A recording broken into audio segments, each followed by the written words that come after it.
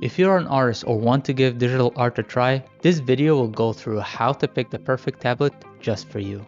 Choosing your first drawing tablet is very important and shouldn't be taken lightly, because if you choose the wrong one, it will actually slow your progress and won't give you a good experience. There is no doubt that you can create digital art using a mouse, but why hinder yourself? It's like trying to go from the East Coast to the West Coast by walking instead of taking a plane. Using a stylus pen gives you precision and control, because tablets are pressure sensitive and can be adjusted to your needs. This will give you full control over your canvas and will make it very natural for you. If there was a graph of improvement between using a mouse and a pen, it would look like this. The mouse will really give you like a very linear progression, but the pen, however, like many of my friends, there's always this aha moment that can give you from here all the way up to here. Because pressure sensitivity is very important and makes it a very natural progression when you're using it on your canvas. And it makes a huge difference in the way you approach the painting. So let's go through my setup. I'm currently using a Wacom Intuos Medium. Let's dive into why this tablet works for me.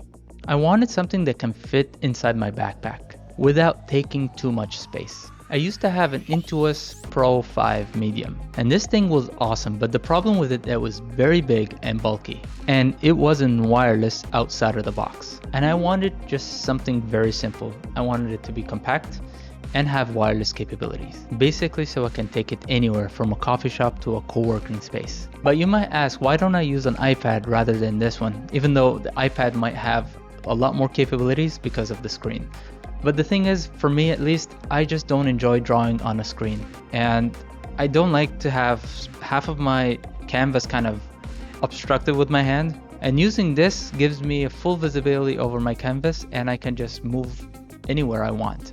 So this works for my workflow, and I really enjoy using it on Photoshop and Aseprite. So my grand advice is look for your wants and needs before looking into any model. And all of that is based on the tools that you're using on a daily basis. For example, if you're using Photoshop, then having a tablet is very important for you. But if you're using a lot of stuff with an iOS ecosystem and you're using Procreate, then it makes sense to get an iPad.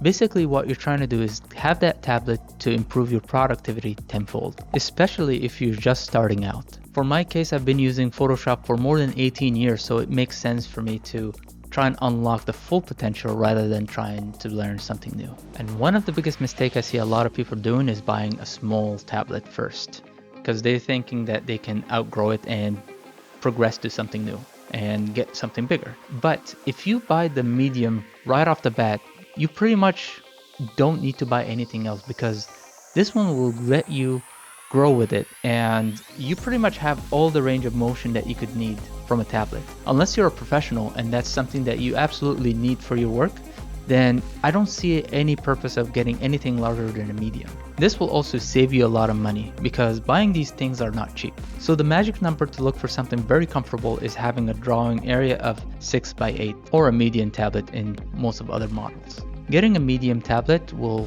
grow with you while you progress, and bottom line, you might not even need to upgrade it anymore.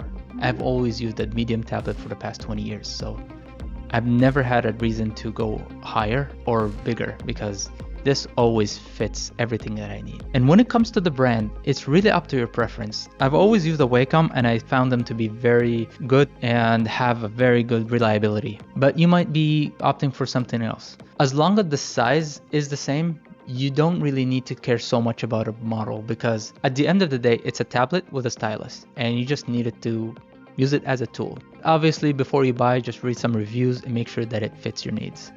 And one of the biggest things that you need to know is, for every tablet, they have like different pen and different designs. So for the one I'm using the Wacom Medium, and basically the pen that comes with it has 2 buttons, and it doesn't come with an eraser.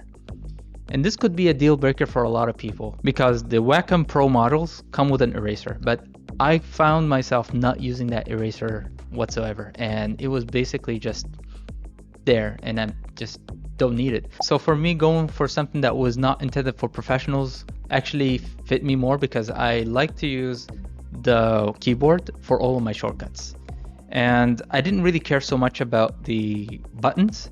So having buttons did not really affect me at all.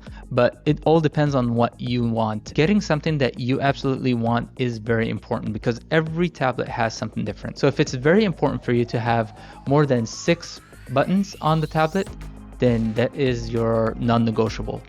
So let's just say, for example, what I'm using. So I have the on-off button, so we're not even going to consider that as a button.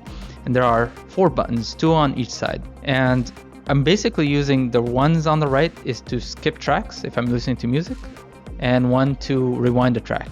And the other one is basically for just selecting the display, and that's it.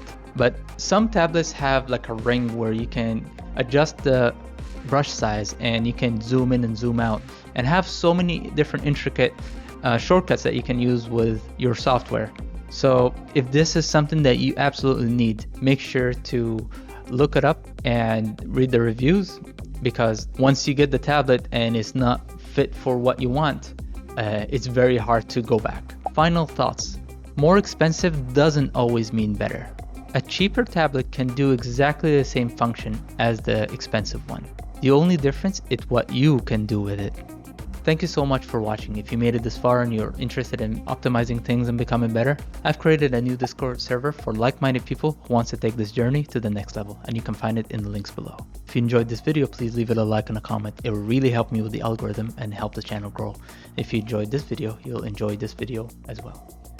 Thank you so much, and remember, just take it one day at a time, and I'll see you in the next video.